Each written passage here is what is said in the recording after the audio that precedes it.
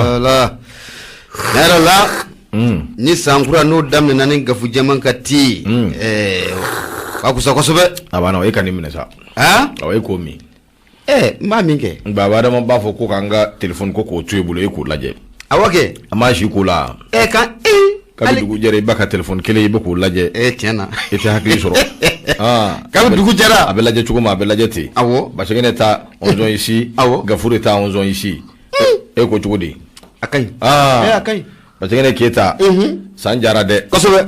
sanjara alaka shijani kenya dima ya rabiyama aida alaka shijani kenya di anga aida fanama wallahi Bernard Tapi maoma minde be ka andeme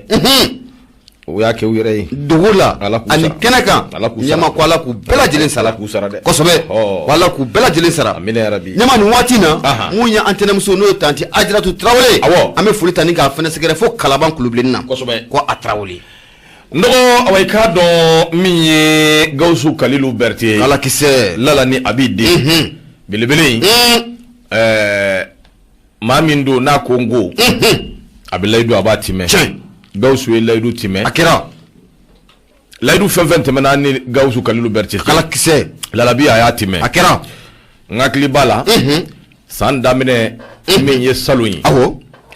ayen wili kosobe akoma ko karsa kadinye minye away ka do tungarange ani gafe nga sololadu kosobe akira grupu obolengo nyo di marikana lillahi kana law kosobe nga nura fm yenga arajoyi akuti wa nura fm ba deme nyeche funi ndesera wallahi akirati aya fo chugomi kosobe aya kiti wallahi ni aw mogo fm sera lalabima na mogo fm kun sera lalabima kala kise kun bi chesri eske dangodo basumara kala kise ko tungarange ani gafe kosobe akomba deme awo ako karsa nga joli di san kono anga 2021 banyo fa kosobe ngwa mangola la ni abide kala kise yere ka laje abana mimbe kuife ka nura fm de menai awo aunga ninke ka toki kuma kan boki kan numero di mo ko se kila ko don halibi esge afonyi kosobe akwai wakar sa bashite ni ala sonama awo ambe sambe kenyo ambulo kosobe 2021 wallahi million kili ne adawma akira kala kise nyana mantarida ngo kala kise ngo bashite nyana mantarida na nyina bora watimi na sarala watimi awo bashite ni ala sonanga aw mba damene kosobe aw yele la bi kanzoro ayake awo aka numero be di kosobe aka fembe be di ni che ndogo yani lala ni abide yena akata konjira aka kamalini dobe nsigile do salongo na mbi borula awo akwa mako almamidi kayeta kana ikanya foli kenya minu sarala ane minu masara kosobe eski lala ni abide ayafo awo aya seben kaye kono ako nura fm ka million kili obe abi almamidi nabela labi kerefe aya nyini ga le sire kosobe almamidi mbora aye kalaunge anana seyoro doma ko arajo nura fm aki joyi ako ntirige ne horo de kosobe ako ne kangele dige de wallahi odo mbemmi fiye ne de afo wambake wa ka afo nya fo ndala da matede abada nya afo ka kleka do ka fu juru de ben kana aya sebe kosobe ne juru de ne la nabi afo akira ala yito aka masaya nyana mantarida abita domi kosobe na bita ka ta mana ka ta seluke awo ako karsa mbita kana kosobe ninnana ni ala sonama minye ka wari ngba fu yo ka dima abana eski ala yito aka masala nyana mantarida la labi tarida kala kise tarida labi masigi kanabli abada tununa ndo ne aw ye laydu leta atara anni la labi de kumana kosobe ne ni la labi de afala ni nyanche akira mais ala barika la ya seben kay ko almami debe awo la labi tali binanu ni feun tamene ngaba kosobe ni momadi tura barula shirfuke no ya haidara na tura kumana war ko kuma inana kosobe uko bashite kwa be awo be sungolo farata do kumbi ko abu sara kosobe ngoy ya faro ko kosobe akira ko jurube million gele ko ni ala sona o bara o mana damine awo ambasara kosobe ne ko basi tɛ an tor'o la ka t'o la ala nana n'a ka masaya ye 2021 ne m'a jɔ n ko n t'a jɔ lala ni Abi den ye fɛn kɛ min ka girin ni miliyɔn 1 ye kosɛbɛ n dɔgɔ 2021 banna kosɛbɛ Lalabi an bɛnna contrat min kan awɔ Gawusu Kalilu ne b'i da yɔrɔ ala k'i da yɔrɔ nɛma ya rabbi ama i ye kan kelen tigi ye a kɛra i ye hɔrɔn ye i ye layidu tigi ye awɔ ne Mamadu Sebalamini n y'a kɛ n y'a f'i ye an y'a kɛ i y'a fɔ k'i b'a kɛ n b'a dɔn n'i kun ma taa ɲankuma y'a sɔrɔ i y'a kɛ wallahi ɲankuma y'a sɔrɔ i ye fɛn kɛ mun ka girin n'o ye si ye wallahi summa wallahi kosɛbɛ Lalabi ka miliyɔn 1 a ko an ka nin baara in kɛ baara in bi ban bi a banna depuis le 31 a miliyɔn 1 an jɛra ko kosɛbɛ a kɛra an yafara ma fo lahara awɔ kosɛbɛ a soma o miliyɔn 1 ye u kana segin an ni maa si ma kuma ayi mais an jɛra ko awɔ kosɛbɛ an jɛra ko ne ma y'a fɔ cogo min na ala ka Gawusu da yɔrɔ nɛma amin ala k'a fara silamɛsiw kan ya rabbi ni ala sɔnna ma an fara bi layidu min ta Nura FM an tɛna ɲinɛ Lalabi kɔ abada awɔ ni kɔni ye baara dɔ bolo dali baara in banna 2021 mais o tɛ anw ɲinɛ Lalabi kɔ abada baara in kɛra bɛn kɛra min kan a n'a fɛn bɛɛ anw jɛra kɔ kosɛbɛ wallahi awɔ o kuma ala k'a sara ye amin ala k'a bila i bin jani na ya rabbi ala ka lala ni Abi den ala k'a da yɔrɔ nɛma ya rabbi ala ka fara silamɛsiw kan amin ɲanama tari donc an bɛ fɛ ka nin de fɔ maaw k'a faamuya kosɛbɛ min ye awɔ i k'a dɔn ni don min n'u ma lala ni Abi kumakan mɛn a ka faamuya gafe daminɛ na kosɛbɛ n'o tɛ weleliw kɛra awɔ dɔw y'a jira an na karisa awɔ Lalabi kumakan min bɛ yen a y'a jɔ awɔ ou bien aw k'a den dɔ kumakan k'a la kosɛbɛ ne ko n ko ayi kumakan de bɛ yen awɔ kumakan in de don sarati bɛ yen anw bolo Lalabi bɛ yen kumakan ka taa yɔrɔ si kosɛbɛ o kuma ala k'a da yɔrɔ nɛma kumakan ka gɛlɛn ɲɛma nin yɔrɔ la foli ni tanuni bɛ se e yɛrɛ de ma a diyara n ye o sabu kɛ maa mun bɛ se ka nin baara in ka a kɛ tan ne ma foli ni tanuni bɛ se i ma kosɛbɛ e ye maa ye maa mun k'a fɔ k'a kɛlen bɛ ka nafolo k'o bila diɲɛ fɛn bɛɛ ye wa e de b'a yira k'a fɔ nafolo bɛna cogo min na a bɛ taa ten siga t'a la wa mɔgɔ i mana hali miliyari 10 k'o sɔrɔ jamana in kɔnɔ la kojugu don dɔ i bɛ t'i da ka miliyari 10 in to i kɔfɛ yan ɲɛma o siratigɛ la i ka ɲɛnamaya kɔnɔna la i ye fɛn mun kɔni k'o lagosi kosɛbɛ o ye nafolo ye siga t'a la i ma nafolo bila diɲɛ fɛn foyi de ye wallahi ala k'a ni sababa bɛn nafolo in bɛ ban o nafolo tɛ foyi ye n dɔgɔ awɔ Lalabi mobili paifandɛri min filɛ ne bɛ boli a kɔnɔ Gawusu y'a di a don min ne m'a fɔ a ye n ko a di yan koyi abada o ma kɛ groupe belebele min bilalen filɛ lala ni Abi den de y'a d'a ma a kɛra kosɛbɛ 10,000 ni 20,000 o tɛ compter ka ban barika ala ye kosɛbɛ kosɛbɛ ni n taara n'a ye ɲɔgɔn ye dɔrɔn a ko n terikɛ cɛ i ɲɛw bilennen don dɛ a bɛ komi ça va pas awɔ karisa a ye n'a nin di karisa ma a banna o de bɛ ne ni Gawusu cɛ est-ce fo ka taa se a dayɔrɔ laban wallahi o kumana bi bi de sera an bɛ nin fɔ limanaw ye u ka faamuyali sɔrɔ a la u ka faamuya n dɔgɔ kumana sa awɔ gafe an b'a ta an bɛ taa wa n'an bɛ taa an bɛ se siga t'a la funi awɔ i k'a dɔn a bɛ sɛbɛn kɔnɔ sɛbɛn min n'an ko a ma ko l'indépendant ale y'an sigi kun ye min ye awɔ i k'a dɔn Musa Sayon Kamara dɔgɔ i k'a dɔn k'a fɔ ale de kumana Musa Kodi a kumana sɛbɛn kɔnɔ sɛbɛn min n'an ko a ma ko l'indépendant Musa Sayon a y'a jira k'a fɔ min ye awɔ i k'a dɔn fanga min bɛ anw kunna bi n'an ko a ma ko transition n dɔgɔ san 5 o de kɔni aw ye bɛnkan min jira la k'a fɔ ko assise nationale de la refondation o ye ANR min laɲini siga t'a la a ko élection min bɛ yen n'o ye élection présidentielle siga t'a la awɔ i k'a dɔn a kɔni bolo dara o min ye CEDEAO Union européenne politique maaw bɛɛ b'a dɔn awɔ i k'a dɔn ANR kɔni awɔ i k'a dɔn ale ka wulikajɔ kɔnɔna na a jirala k'a fɔ ni ala sɔnna a ma san 2021 2022 2023 2024 2025 2026 janvier awɔ i k'a dɔn ni ala sɔnna a ma élection présidentielle dugu yi n ka cɛ dɔw yɛrɛ la da wulila sɔngala daga wulila dɛ bɛɛ ni k'i cɛ ma cɛ yɛrɛ dɛ fo janvier 2026 ya hawla a kuma cayara koyi Allah akibaru a ko kuma na sa nin ye sɛbɛn min ni awɔ i k'a dɔn Asimi n'a ka cɛdenw ani ANR mɔgɔw n'o ye assise nationale de la refondation olu ye wulikajɔ min kɛ ka sɛbɛnden min ta ka taa di awɔ i k'a dɔn CEDEAO mɔgɔw ndɔgɔ a fɔ ani CEDEAO k'a ko kɛ balaka wuli a si ma kɔrɔya si ye ko n'i ye jateminɛ kɛ i b'a ye k'a fɔ min ye kalata ye n'o bɛ wele ko assise nationale de la refondation awɔ i k'a dɔn o kɔni sigili senfɛ min ye délégation belebele o bɔra anw fɛ yan délégation in tun bɛ maa min bolo o de bɛ awɔ i k'a dɔn Ablaye Diop o de bɛ o ko fɔ Ablaye Diop ale ye ministre ye n'o bɛ wele ko ministre des affaires étrangères ani awɔ i k'a dɔn coopération internationale Ablaye Diop kɔni wulila kalo tile 31 n dɔgɔ k'i kun da dugu kan dugu min bɛ yen n'a bɛ wele ko Akara n'i ye Akara ko fɔ i bɛ Kouadio Kofi ka dugu ko fɔ Ghana boy awɔ i k'a dɔn k'a fɔ a taatɔ a kelen tɛ koyi sɛbɛn de baden de kunbɛ a kaman kɔrɔ n'o bɛ away ka dɔ anw ka kalataw waati n'o bɛ chronogramme n'o b'o kofɔ o de kunbɛ a bolo a ko siratigɛ la n'i ye jateminɛ kɛ i b'a ye k'a fɔ transition away ka dɔ ko k'a gun k'a pousser ko ka taa gun away ka dɔ san 5 ko kɔni de ye fɛn min ni away ka dɔ o bɛ a kɔnɔ élection présidentielle o bɛ labɛn ni Ala sɔnna ma janvier kalo san 2026 away ka dɔ k'a fɔ k'a bɛ labɛn o kɔnɔna na Musa Sayon Kamara da wulila sɔngɔla ma ye a ko min ye assise nationale de la refondation o min n'o kɛra n'a daminɛna anw fɛ yan kalo tile 11 n'o ye décembre kalo ye ka taa kunjɛ kalo tile 30 la n'o ye décembre kalo 1 ye n dɔgɔ i k'a dɔn k'a fɔ wulikajɔ ni cɛsiri kɛra fɛn damadama nɔfɛ a ɲɛfɔ kuma kɛra o bɛɛ lajɛlen kan o de siratigɛ la chronogramme min bɛ yen ni away ka dɔn baaraw bannen ni transition y'a ta k'a bila ba la o bɛ san 5 o b'o de kofɔ a bɛ daminɛ janvier kalo san 2021 et san 2022 n'o ye away ka dɔn o kunashin tɛ 1er janvier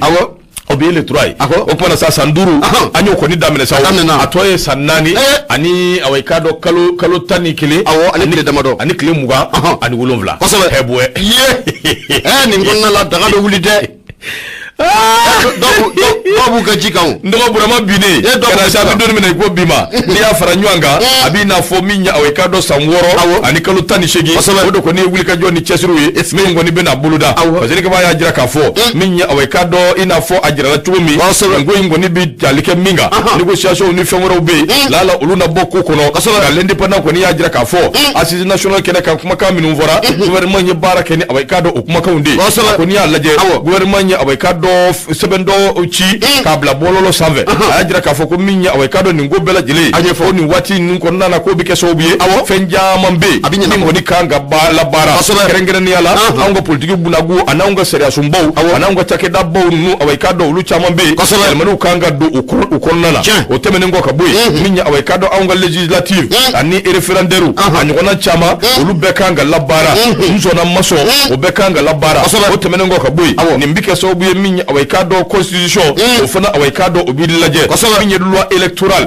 kalataw away ka dɔn bi sɛmɛ away ka dɔn sariya minnu kan olu fana kan ka lajɛ organe unique de gestion des élections o fana baaraw kan ka lajɛ min ye away ka dɔn loi organique min bɛ n'a bɛ cour constitutionnelle n'a b'o fana ko fɔ o ye cour constitutionnelle sariya sunba ye ale ka sariya dɔw ye o fana kan ka lajɛ parti politiques ka charte bi taabolo min kan n dɔgɔ o fana ye fɛn ye fɛn min ni o kan ka lajɛ n'i ye nin bɛɛ fara ɲɔgɔn kan i b'a ye k'a fɔ loi min bɛ yen n'o bɛ tali kɛ away ka dɔn députés ka loi kan olu kan ka lajɛ sariya wɛrɛw bɛ yen min bɛ tali kɛ Sénat mɔgɔw ka sariyaw kan olu fana kan ka lajɛ min ye away ka dɔn kalataw bɛ labɛn cogo min n'a kan ka kɛ away ka dɔn kalataw ye minnu bɛ machine baaraw ko fɔ n'o bɛ sécurité électronique ko fɔ o fana kan ka lajɛ nin bɛɛ faralen ɲɔgɔn kan Bamakɔ y'a jira k'a fɔ kalataw kɔni ka se ka labɛn condition damadamaw de bɛ yen f'olu ka ɲɛ sɔrɔ kelen min ye lakana ye o ka se ka sabati o tɛmɛnen kɔ ka bɔ yen min ye away ka dɔn accord min bɛ yen pour la paix ani réconciliation o larawele kɔ ka ban o ka se ka bila ba la o tɛmɛnen kɔ ka bɔ yen min ye an ka cakɛdaw ye a n'an ka service da caman bɛ a bɛɛ ka wuli ka jɔ kɛ ka taa u bɔ yɔrɔw la sabu jamana in n'i y'a jateminɛ i b'a ye k'a fɔ away ka dɔn kabi waati tɛmɛnenw na dugu dɔw bɛ yen n dɔgɔ baarakɛyɔrɔw tɛ yen baarakɛlaw tɛ yen o tɛmɛnen kɔ ka bɔ yen k'a lajɛ anw ka déflation maa minnu bɛ yen n'o ye réfugiés ye minnu bolila ka b'u ka dugu ka taa dugu wɛrɛ la ka t'u yɛrɛ ni makara olu fana ka sigi ka na u ka duguw la bɛɛ ye fɛn ye fɛn min ni away ka dɔn o kan ka lajɛ ji ɲɛma jɔlen na nɔgɔ n'an ko an b'a madabi a ka ca dɛ ka fasirike b'a ko n'i ye nin bɛɛ lajɛ i b'a ye k'a fɔ min ye away ka dɔn calendrier min bɛ yen n'a bɛ kalataw ko fɔ décembre san 2023 min ye an ka conseillers n'an ka tɔ minnu bɛ yen maires n'a ɲɔgɔnna caman olu ta kan ka kɛ san 2023 san 2024 min ye législative ye away ka dɔn ale ni sénatorial n'o ye Sénat mɔgɔw ka wuli ka jɔ ye o fana baaraw olu kan ka kɛ san 2025 dɔgɔ i k'a dɔn k'a fɔ a bɛ kɛ o kɔnɔna na o tɛmɛnen kɔ ka bɔ yen san 2026 a janvier kalo min ye away ka dɔn élection présidentielle o baaraw fana kan ka kɛ parce que b'a ko a ko n'i ye nin bɛɛ lajɛ i b'a ye k'a fɔ cadre de charge pour une transition heureuse n dɔgɔ olu kɔni kun ma sɔn ka taa assise kɛnɛ kan wa nin ko min filɛ nin ye n'a kuma fɔra olu kɔni ko petu u ma sɔn a ma bi u ma sɔn a ma sini o bɛɛ tɛmɛnen kɔ ka bɔ yen min ye maa minnu ye bolo n'o bɛ accord d'Alger la olu fana ko k'u ti sɔn a ma n dɔgɔ nin ko in kɔni ye min ye ni Ala sɔnna a ma away ka dɔn min kɔni taara di CEDEAO la o de ye nin ye wa ni Ala sɔnna a ma ni min bɔra a kɔnɔ don n'a nataw la an n'a lase fasodenw ma u ka faamuyali sɔrɔ a la fasiri filɛ Musa Sayon Kamara ale ka bidon bɔli away ka dɔn l'indépendant an b'o kɔnɔ bi n dɔgɔ siga t'a la ɲɛmaa mun ye indépendant maaw foli a bɛ taa ni k'u sɛgɛrɛ info matin ne b'ale sama ka gɛrɛnna maa mun kuma don a kɔnɔ o de fulakɛ n'o ye Sikuba a ko mun ye fɛɛrɛ ni hakilina mun n'o taara mun ye filantila fanga n'a bɛ transition ko fɔ o kuntala janya la i n'a fɔ i bɔra k'i da don a la cogo min na o ye parti politique caman kɔni kɛlen bɛ nin waati na Madame Kaluga fɔlɔ kosɛbɛ Madame Kaluga Awa Jallo an b'a fɔ nin waati na ko a Jallo kuma ɲɛna Fatirikɛ ba a ko mun ye parti politique caman kɔni kɛlen bɛ ka guara kɔni k'o sɛbɛkɔrɔ da u dusu tɛgɛrɛ don kosɛbɛ nin waati na o sabu kɛ waati mun o dira ko transition fanga ye ko a kan ka ban ka bɛn waati mun kɔnɔ o ma kosɛbɛ Siguba a ko yanni mun ye CEDEAO maaw yanni olu k'u ka lasigi kɛ don n'a nataw la ko mun y'an ka jamana gouvernement kɔni bɔlen filɛ ka hakilina mun ni ko tani ye k'a yira k'a fɔ ko mun ye san 5 i ye ko bɛna fara mun ye transition o kɔni o kan ɲɛma a kɛra sababu ye ni ka ɲuguɲugu caman ni ko o sɛbɛkɔrɔ wuli o siratigɛ la mun ye parti politique caman be ko ka taa fara mun ye jateminalikɛla caman kan olu y'a yira k'a fɔ ko nin baara mun o bolodalen filɛ nin ye jamana marabagaw fɛ ko dɔwɛrɛ tɛ koyi ko dansago yɛrɛ de don koyi ko dansago yɛrɛ de don Fatirikɛ ka fara mun ye Siguba ye a ko san 5 ko o de dira nin waati na k'a fɔ ko bɛna fara mun ye transition o kan i n'a fɔ i da don a la mun ye Nana Ado Akufo den kɛrɛnkɛrɛnlen n'o b'an ka ministre Ablaye Diop ko fɔ ale taara o cikan kɔni ni k'o lase Nana Ado Akufo ma n'ale yɛrɛ CEDEAO ɲɛmaaba ye nka Fatirikɛ ka fɔ la a ko kabini mun ye nin miirina nin hakilina mun n'a tara tan assise kɔfɛ ɲɛma i bɛna ye k'a fɔ ko mun ye parti politique dɔw bɛ yen ko ka taa fara mun ye maa caman kan u kɛlen bɛ ka muruti fari ni ka a boloda o siratigɛ de la ɲɛma an b'a la n ko mun ye an bɛ ka bɔ kɔrɔgɔbɔsi i b'a ye k'a fɔ hali bi dɔw kɔni bɛ ka taa a tɔ la o siratigɛ la maliden dɔ bɛ Faransi nin waati na ale mun yɛrɛ ye ji kɛ butɔn na ni k'i da kɛnɛ kan a bolila mun ye moto taxi ni kɔrɔ ka taa kɔsɔ n'o de cɛma Hubert Kulubali jɔ dɛ a bɛ Faransi di Fatirikɛ ko a bɛ Faransi ne hakili la kun fɔra ko a n'a ka cɛ bɛ kɔnɔ wari ɲɔgɔn fɛ o Usain Bolt ya ayi fɛn kɛ Karimu Keyita ne kun y'o mɛn a kun fɔra ko a bɛ kɔrɔ a taara i yɛrɛ sɔrɔ Faransi yan ninnu bɛ taa yen koyi ale da bɛ Maliko la hali bi ka boli biribiri ala cɛw dalen bɛ kaso la ale bɛ boli la mɔrɔ bisimila a ko mun ye cɛma Hubert Kulubali Usain Bolt filanan ta ale wa Kulubalilaka don ale kɔni y'a yira k'a fɔ Kulubali la ko nin waati na Kulubali ko maa minnu ye fanga kɔni ni ka a dafiri Kulubali ka fanga k'a dafiri k'u bɛ fɛ ka mun ye fanga ye ni ka a jaso de o tɛ fɛ k'a bila cogoya si la ko ne ko k'a Kulubali k'a Kulubali a ma bali na o bɔlen kɔfɛ i n'a fɔ i da don a la cogo min na jɛkulu parti politique taara fara ɲɔgɔn kan a ka jɛkuluba kelen ye jɛkulu mun n'an ka ma cadre d'échange des partis regroupement des partis politiques pour une transition réussie au Mali ni u ka maa dɔ bɛ yen n'o de ye Zumana Ci Dunbiya ale yɛrɛ wasadenya kɛ jamana in kɔnɔna la ka tɛmɛ ale fana kumara koyi y'a yira k'a fɔ ko nin miirina mun talen filɛ nin k'a fɔ ko ka san 5 ko fara transition kan ko fɛn dɔ k'u tɛna jɛn n'a ye bi wa k'u tɛna jɛn n'a ye sini mun ye Zumana Ci Dunbiya a ko olu miiri la olu hakilina la ko mun ye sigikafɔ mun n'o baaraw kun bolodala mun ye kuma kun bɛna fɔ o kɔnɔna la baabu kun bɛna k'o kɔnɔ baabu mun n'o ma kɛ dialogue national inclusive o kɔnɔna Zumana Ci Dunbiya a ko olu y'a yira a mɛnna k'a fɔ ko sigikafɔ mun n'o bolodala ne sigikafɔ in kɛra ko ko de mana bɔ a kɔnɔna la bɛn mana kɛ fɛn fɛn kan olu t'a lakodɔn bi o t'a lakodɔn sini u tɛna baara kɔni kɛ n'a ye Zumana Ci Dunbiya mun ye IBK ka maa tɛ wa Fatirikɛ ka fɔ hali bi a ko kibaruyaw kɔni sɔrɔla diplomate ba dɔ yɔrɔ k'a yira k'a fɔ ko mun y'an ka jamana marabaaw u ye nin miirina mun ta nin ta transition kuntala jɛnya ko ka kɛ san 5 ye ko ɲɛma ko siraw de don sira mun n'a bɛ kɛ sababu ye ka sigikafɔ na ani CEDEAO maaw ni ɲɔgɔn cɛla o la ko n'o tɛ k'a fɔ ko CEDEAO maaw bɛna tɛmɛ san 1 kan k'o ye fɛn ye ko a fana bɛna maaninfinw kamana gan Fatirikɛ ka fɔ hali bi a ko mun ye Mamudu Ture ye nin waati u ka ko mun ye sigikafɔ mun n'o bolo dara ko laɲini kun tɛ dɔwɛrɛ koyi ko transition ko dɔ ka fara a kuntala jɛnya kan ko laɲini kun ye o dɔrɔn de ko n'o tɛ ko kura foyi ma kɛ sigikafɔ in kɔnɔna la ko mun n'o ma kɛ ka tɛmɛ mun ye dialogue national inclusive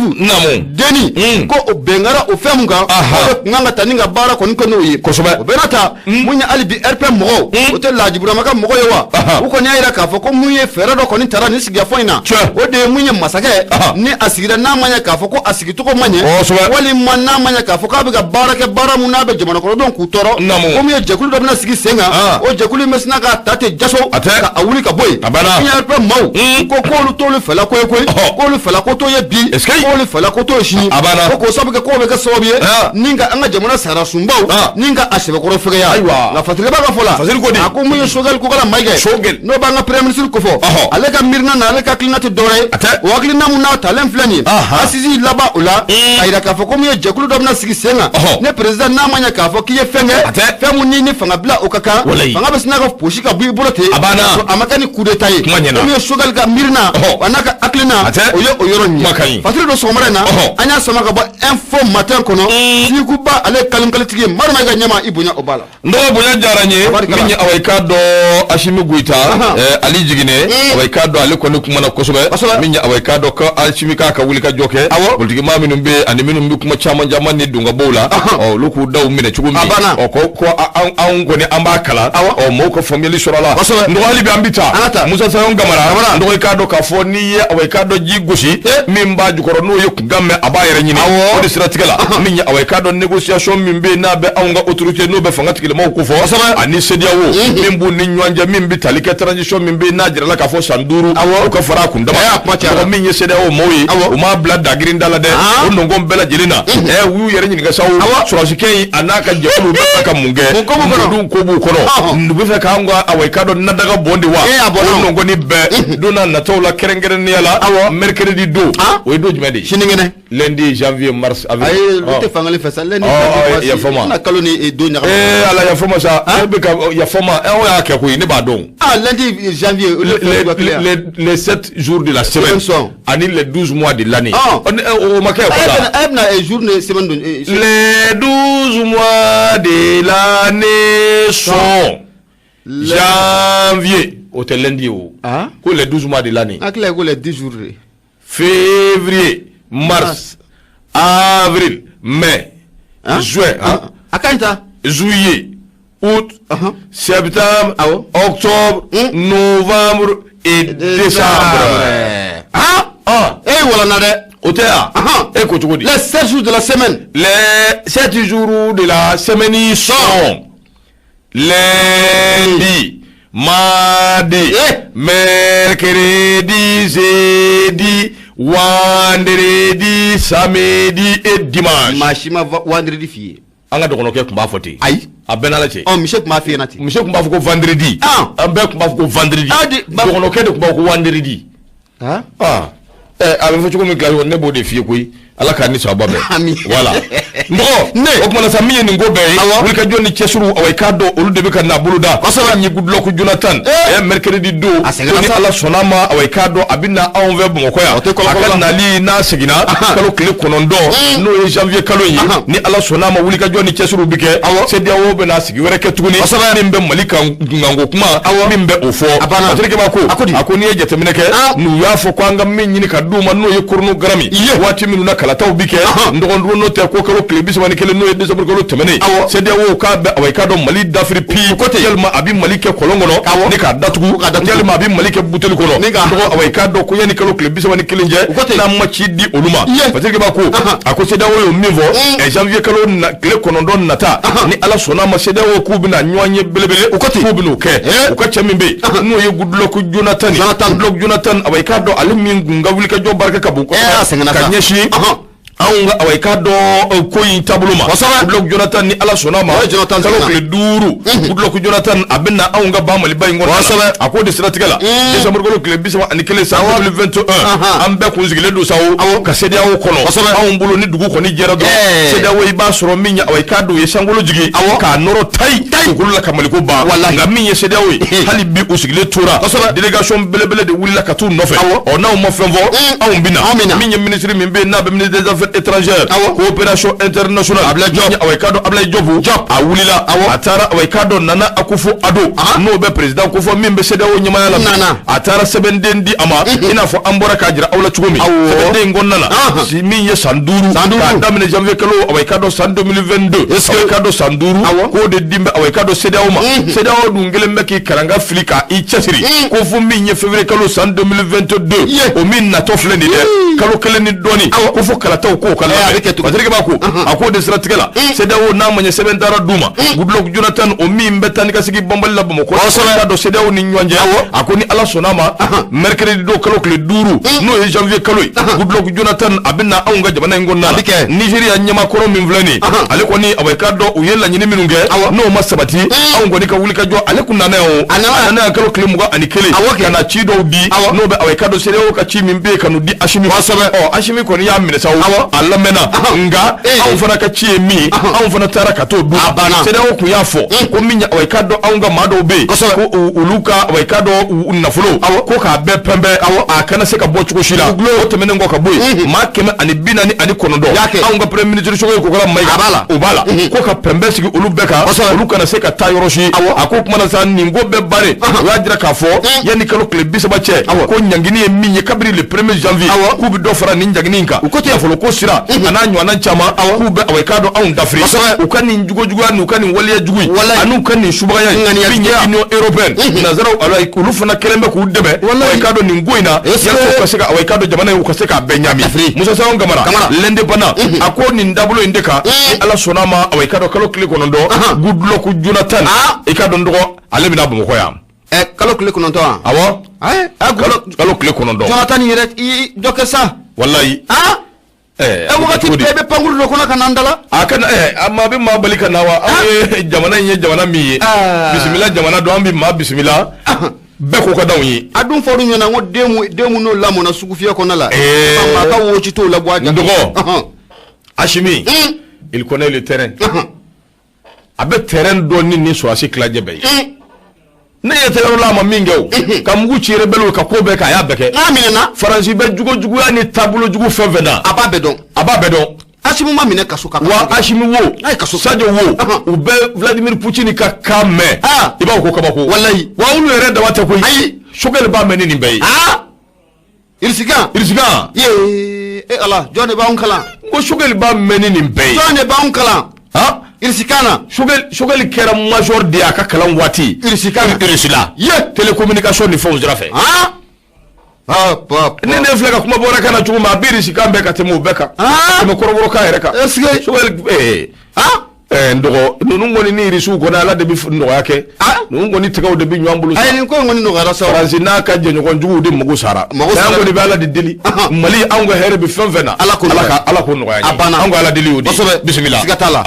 arajo nura fm bi kononto an nani tomi murumuru duro la silo bi ka bo jela ko jikko nyani wordala ga durusra 76 33 43 03 manyana info matane ba sama kura ka grena akodi ni ye fasiri kala jakulu ni ye oluka fatiriye ko munye sangura munno odamine lemfleni na be 2022 ko fo anga jabana fama no be colonel Hashimi Koita no ba ko fo abora ka fuline duwa ngani ganya shi malidoma munye fatiriga bay akola da kula sanwo sana abi yelema ibe na ka fo ko mi jamana fama akoni be boka fulike ganya shi jamana kono doma aninga masa Allah taala ko odeli jamana kono ola o strategie la munye anga jamana fama no be colonel Hashimi Koita ko fo akoni mbora munye ka duwa nge malidonye munye sankura munno odamne lefle na be 2022 o ko fo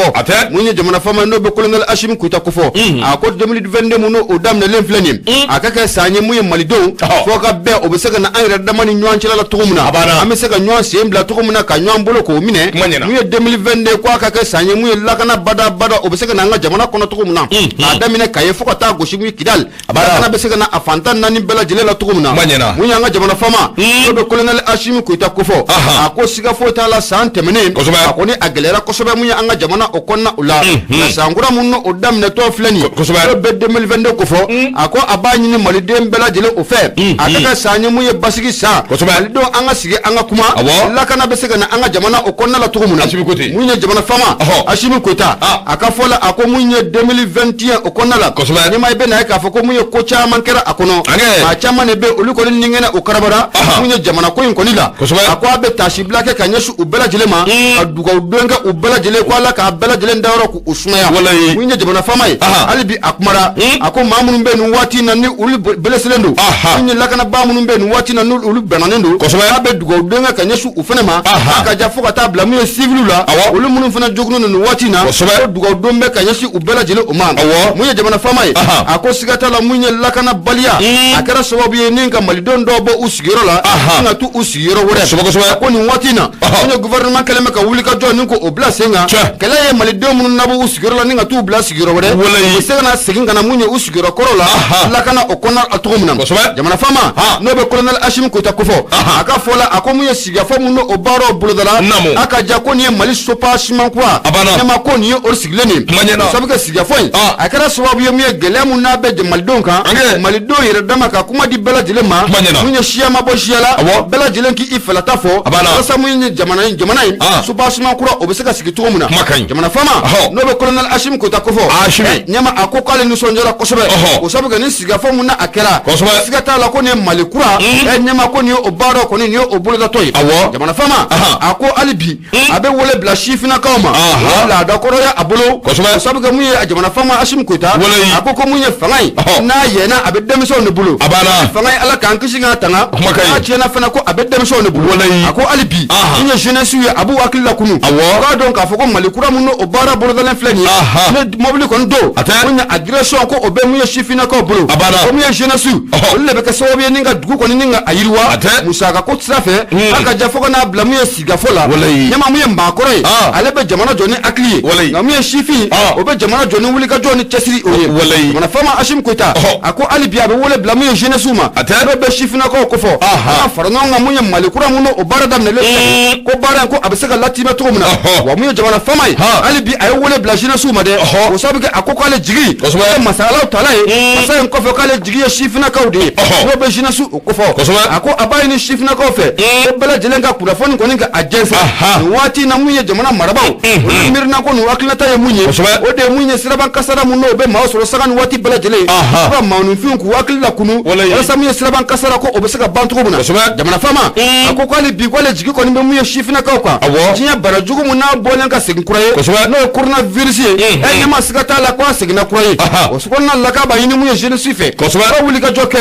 munye fera mun tigale no wati na muye coronavirus manifu mesaka kisha atore matuko muna o jene suka asebe ko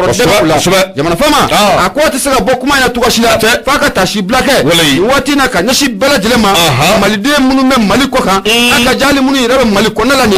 tashi blake be ka nyashi bela dilema wanga faranwanga kono kulu jale ko odebe bifo 2022 mun dam le lefani aka ke bench saji jamana kono aka ke muye lakana nali jamana kono malide ka damina kai kuma ta gushi kilal bela dilema saka munu lafiya kono tugumna wasido anya sama ka bo information kono la an ma ga nyama ibunya obala ndo murbu ndaw amba foka walnyuman do murbu away kado kuma de do note e kado ka fo abina le 5 di o le nefu o yesida o ka wulika jodi min be talike malikula o ambe murbu fu ka walnyuman do wati do bike o ni kuma telera away kado fo ya hakli ba to dafa ala ka ni so bobe ndo hali bi ambita min yen na sho la depêche abodi kolo ambota akuma nimbe away kado minga Dieu veille lui ali de kuma mbe aku away kado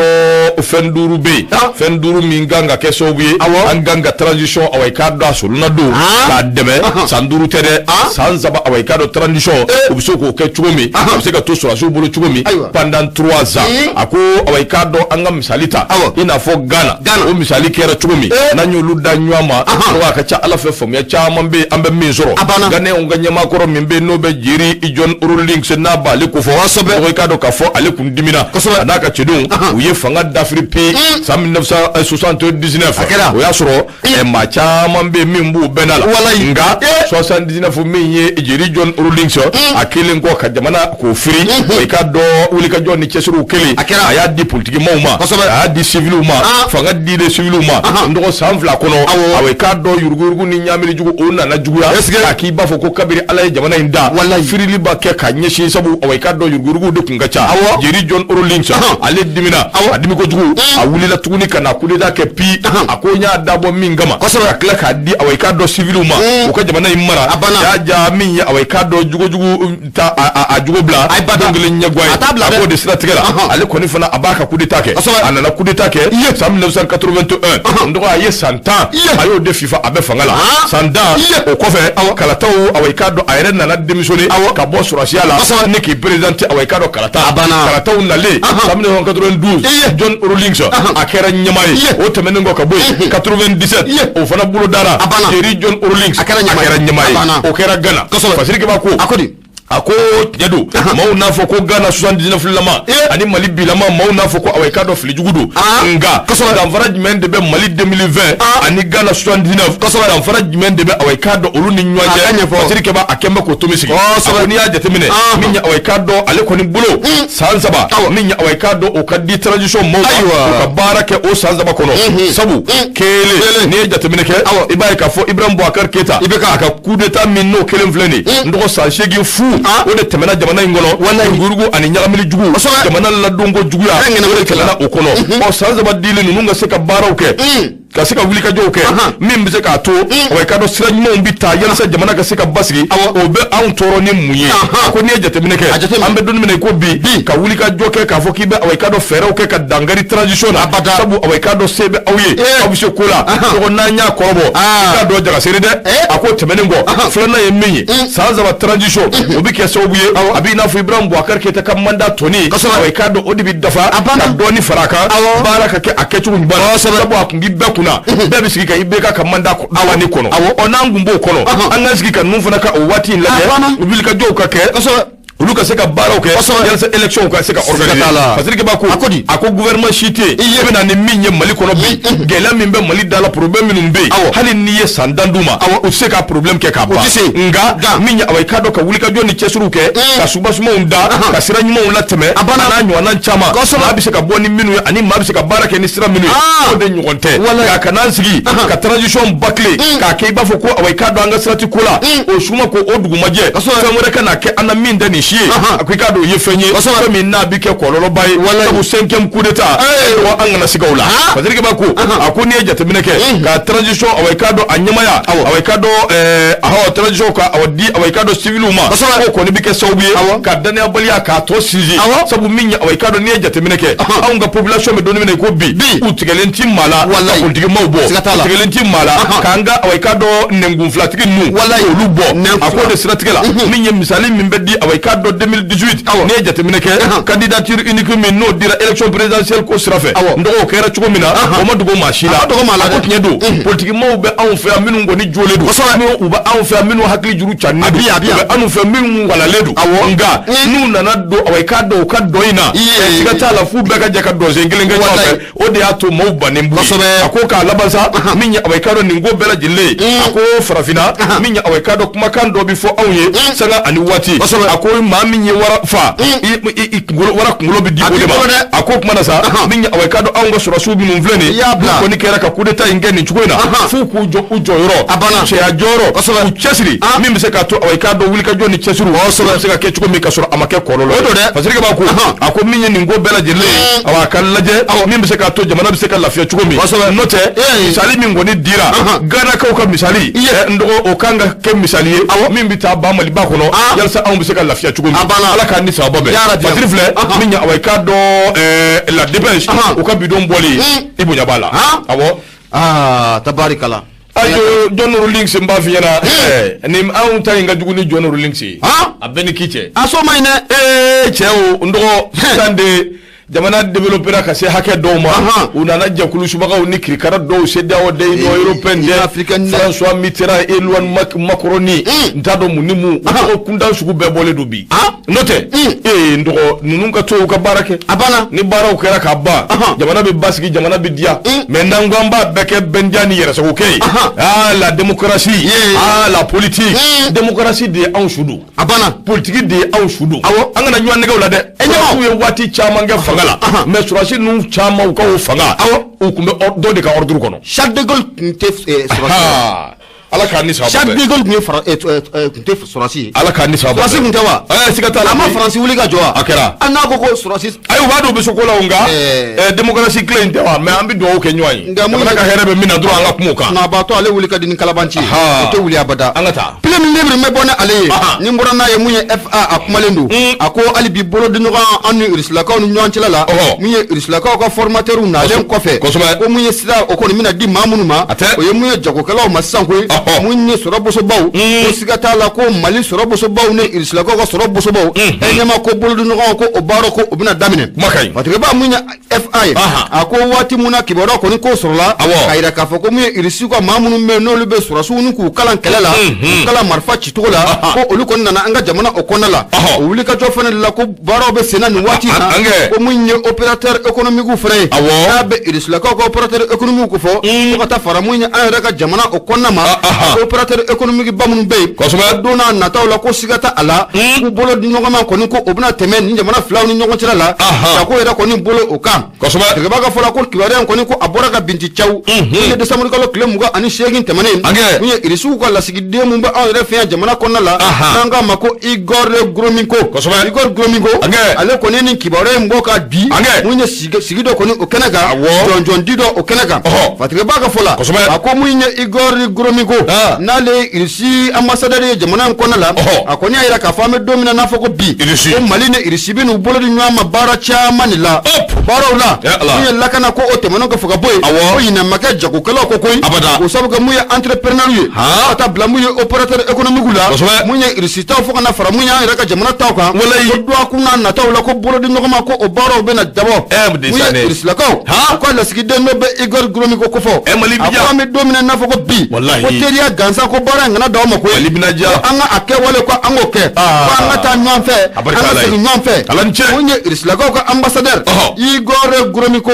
a ko an bɛ don min na n'a fɔ ko bi ko ni jamana fila in kɔni ko bolodi ɲɔgɔn a ko bɛna tɛmɛ ni ɲɔgɔn cɛ la jako o sira fɛ ko ka taa bila mun ye sira caman kɔni o fɛ mun ye ni irisilakaw ka ambassadeur ɲɛma hali bi a kumara a ko nin t'a siɲɛ fɔlɔ ye mun ye jamana ani irisi Mali ani irisikiw bolodi ɲɔgɔn ma baara caman na a ko kabi indépendance bɛ don an fɛ yan waati min ko irisilakaw k'u ni jamana in kɛlen bɛ k'u bolodi ɲɔgɔn ma ko baaraw bɛ se ka kɛ cogo min na mun ye irisilakaw ka ambassadeur hali bi a kumara dɛ a ko mun ye irisi ye siga t'a la ko irisi bɛna jamana in dɛmɛ sira bɛɛ lajɛlen de kan a kɛra mun ye lakana ye wo kɛnɛya wo fo ka taa bila jago bolo kan o mun ye irisilakaw bɛna jamana dɛmɛ nin bɛɛ lajɛlen kɔni o kan k'an ka dɔn k'a fɔ ko mun ye irisilakaw ye k'u bɛna dɛmɛ fana ta ni ka an sɛgɛrɛ ko mun ye organisation internationale fanfɛla la a ka ja fo ka taa bila ko mun ye ONU yɛrɛ fanfɛla la kosɛbɛ sokɛli ci di yɔrɔ min kuma ɲɛna k'u bɛna dɛmɛ fana ta ni ka jamana ni ka a sɛgɛrɛ masiri do an y'a sama ka bɔ pilim libiri kɔnɔna la FA ale kalimkalatigi i bonya o b'a la ndɔgɔ kuma ɲɛna ndɔgɔ min ye awayika dɔ Kirikali Sidibe Silisa awayika dɔ ale kɔni ko ka ci di maliyɛnw ma ko k'a f'u ye ko ni awayika dɔ CEDEAO ko k'a ti sɔn an ka san 5 ma k'an ka wuli ka fan bɛɛ k'an sen nɔ ye k'an k'a kɛ san 10 ye k'an k'a kɛ san 10 ye ala k'an di sa aw ma bɛɛ ndɔgɔ yan'an ka taa ni gafe n bɛ na cikan dɔ f'i ye i k'a fɔ minisiri ɲɛna min ɲɛsinen bɛ farikolo ɲɛnajɛ ma Mali ye fantan jamana ye o don maliyɛnw sɛgɛnnen don kosɛbɛ an dɛsɛn bɛ k'an ka malo bɔrɔ sɔrɔ balo an dɛsɛn bɛ k'an ka ji sɔrɔ kosɛbɛ an bɛ ka nin bɛɛ muɲu sabu jamana bi taabolo min kan bɛɛ b'a dɔn aw ma dɔ wɛrɛ ɲini aw fɛ ayi samata sɛgɛw bi taa ndolanci bin na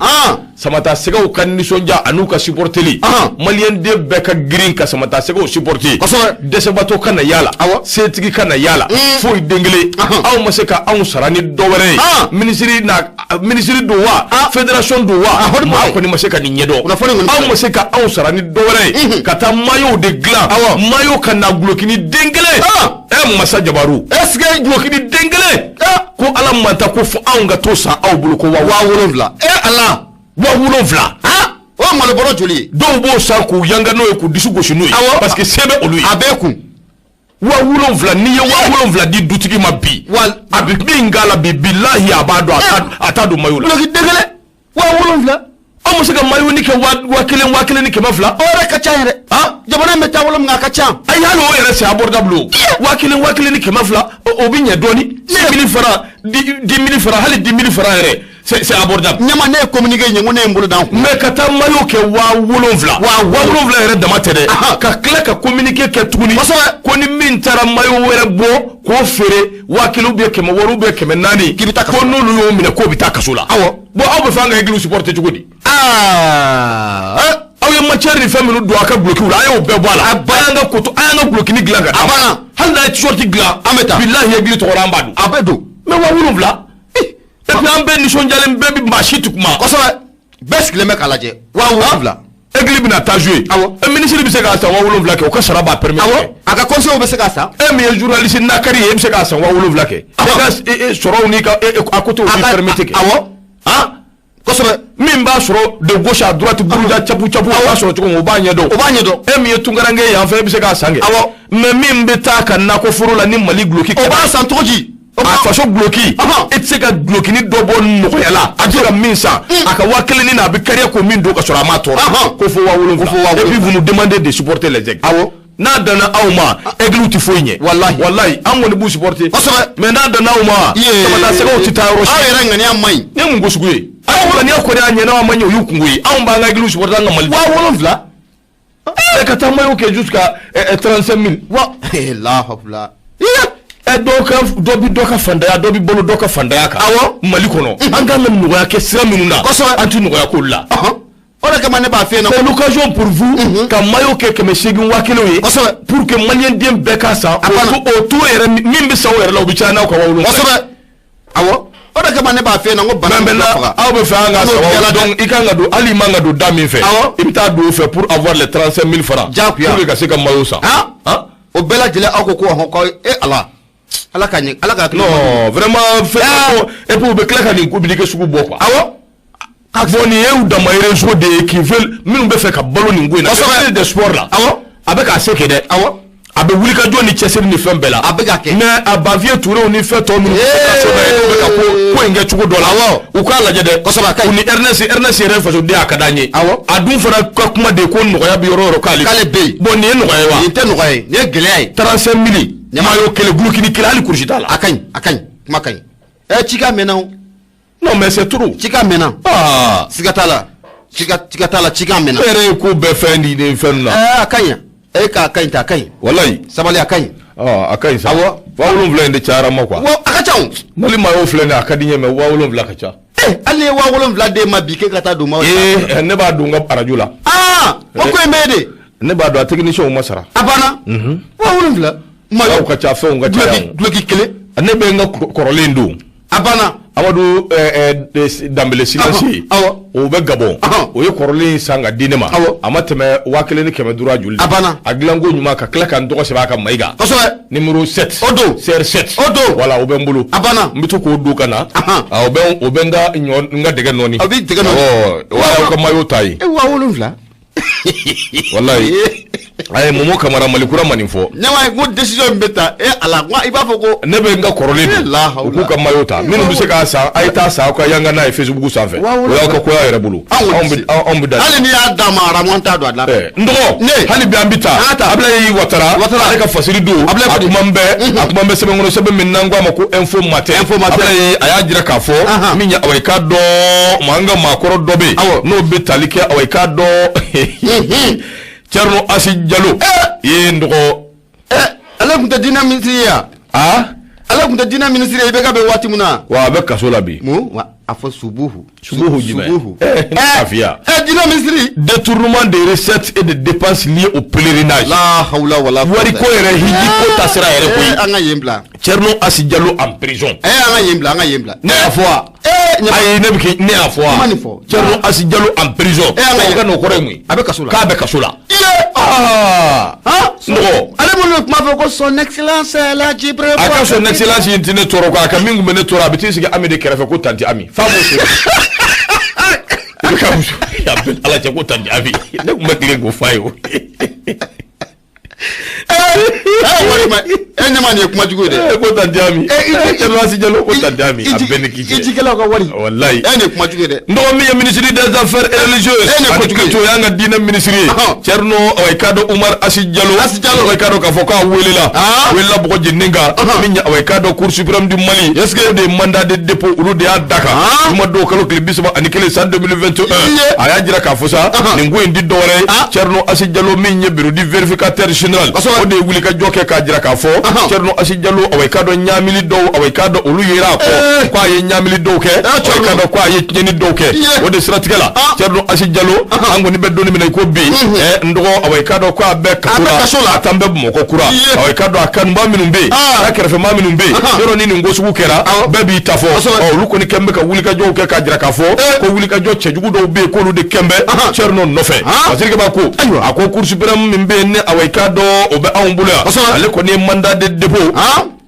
mandat de dépôt da Thierno kan ministre kɔrɔ diinɛ ministre ko ka taa n'a ye k'a daminɛ san 2016 2017 2018 nin jɛ min wulikajɔ bɛɛ a ko Tandi Ami awai ka dɔ ale de filɛ nin ye awai ka dɔ ka ɲagamili jugu ta vérificateur général de côté a ko miliyɔn 600 ani miliyɔn 39 639 millions de francs CFA Thierno Asi Diallo k'o de gɔngɔn bɛ a nɔfɛ Basiriki ba ko a ko Thierno yɛrɛ maaw de bila minnu bi sɛbɛn awai ka dɔ signé compte sira wɛrɛw fɛ k'a sɔrɔ awai ka dɔ sariya ma o la ko dɔn o de ye fɛn ye fɛn min ni awai ka dɔ a kɔlɔlɔ barika ka bon kosɛbɛ a kasa jugu wuli yɔrɔ awai ka dɔ o de ye o Thierno Asi Diallo wari in taara sira o sira fɛ a munumunu cogo cogo a bɛɛ kelen bɛ ka fasiri awai ka dɔ fasiri kɔnɔ awai ka dɔ n'o ye informateur o ka bidon bɔli nka Basiriki ba a y'a jira k'a fɔ sa ministre waati tɛmɛnenw na nin kuma in kun wulila nka a ye sɛbɛnden dɔ bɔ ka kuma sugu bɛɛ fɔ k'a jira k'a fɔ hakilina ni miirina minnu bɛ ka ta ka ɲɛsin ale ma ko tiɲɛ tɛ Mali kura nalen justice kura nalen min tɛ awai ka dɔ fanga kamankɔrɔ bɛɛ libéré do bɛɛ b'i yɛrɛ ye o kuma sa Thierno Asi Diallo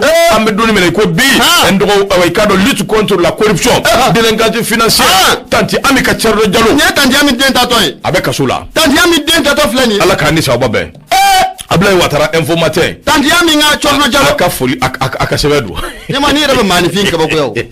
n k'a b'o de fɔ ko Tanti Ami ne yɛrɛ y'a a y'a sɔrɔ ne tun bɛ oxygène na kuma bɛɛ ne tun b'a fɔ o y'a sɔrɔ a bɛ fanga la n ko Thierno ka fɛn min kelen min kɔni man ɲi i ye ministre kuturu de ye ka to ka t'i ɲɔngiri parce que Burama muso don première dame don o ye tiɲɛ ye a bɛ funbuya mais Tanti Ami wa in ka ca sa dɛ Ala k'a ni sababa bɛn ɲɛma ni yɛrɛ tɛ Tanti Ami n'a de tun bɛ ka bolo da i kan bi kɔni Cour suprême a b'u bolo ni yɛrɛ tɛ erreur dɛ présidence wari an ka taa waati y'an tan tɛgɛma min b'i bolo o fɔ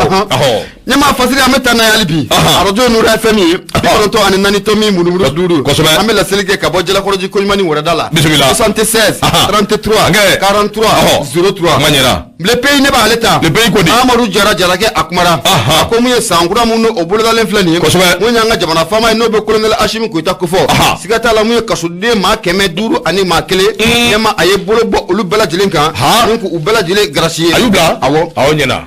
Fatirika b'a ka fɔ la a ko an ka jamana faama n'o bɛ colonel Asimi Goyita n'o bɛ ale ko fɔ a kɔni ye kunnafoni bɔra mun ye ministre mun bɛ n'o ka baara bɛnnen don an ka kiiri bunakun kɛnɛ ma n'o bɛ kaso o ko fɔ a ko mun ye jamana faama ye n'o bɛ colonel Asimi Goyita ale ko fɔ k'a kɔni miirina ta ka hakilina k'o ta san laban in kɔni na mun ye kasoden maa 500 ani maa 1 olu bɛ se ka bɔ olu kan na cogo min na o sabu kɛ n'i y'a jateminɛ k'a lajɛ an ka Bamakɔ kaso bonba ɲɛma siga foyi t'a la a sɛbɛkɔrɔ falen don tɛntɛntɛn bana jugu min n'o dun bɛ senna nin waati in na n'o bɛ coronavirus o kofɔ o fɛɛrɛ ni dabali ka kɛ maa minnu bɛ yen k'a fɔ k'u bɛ kaso kɔnɔna la an meleke joona ko waati sera maa minnu bɛ yen k'a fɔ k'u bɛ kaso kɔnɔna la ko fiɲɛbɔda bɛ se ka d'u ma mun ye jamana faama kɔni a y'o baara kɔni n'u k'o boloda a Fatirika kɔni ka kuma la a ko jamana faama a filɛ ka nin baara min kɔni n'u k'o boloda nin tɛ ale maa fɔlɔ ye ka nin kɛ koyi o waati tɛmɛn'o la mun ye jamana mara mɔgɔ bolo tun bɛ yan mun ye misaka wɛrɛw tun bɛ anw fɛ yan olu fana ye nin baara kelen nin ka a kɛ maa 500 ani maa 1 kasodenw na ne bolo kɔni ko a bɔra olu kan wa olu bɛɛ lajɛlen garasira Fasiri don an y'a sama ka bɔ le pays ale kɔnɔna la Mahamadu Jara ale kalukalatigi Marima ka ɲɛma i bonya o n dɔgɔ an bɛ Fasiri da yan waati sera an kun ye min fɔ n'o ye nɛgɛ ko yɛrɛ ye k'a dɔn waati y'an tan tɛgɛ ma kunnafoniw cayara o kumana sa an bɛ kanuba ni dɛmɛba bɛɛ fo hali bi k'an ka cɛdenw encourager an balimaw n'an sinjiw ani maliyɛnden minnu bɛ yen n'u bɛ fɔrɔn na n'u bɛ kɛlɛ la k'a dɔn an bɛ dugawu k'u ye sijan ni kɛnɛya sebaya Ala k'a nɔgɔya u ye aw minnu bɛ yen ni aw sera k'an lamɛn an b'aw bɛɛ lajɛlen fo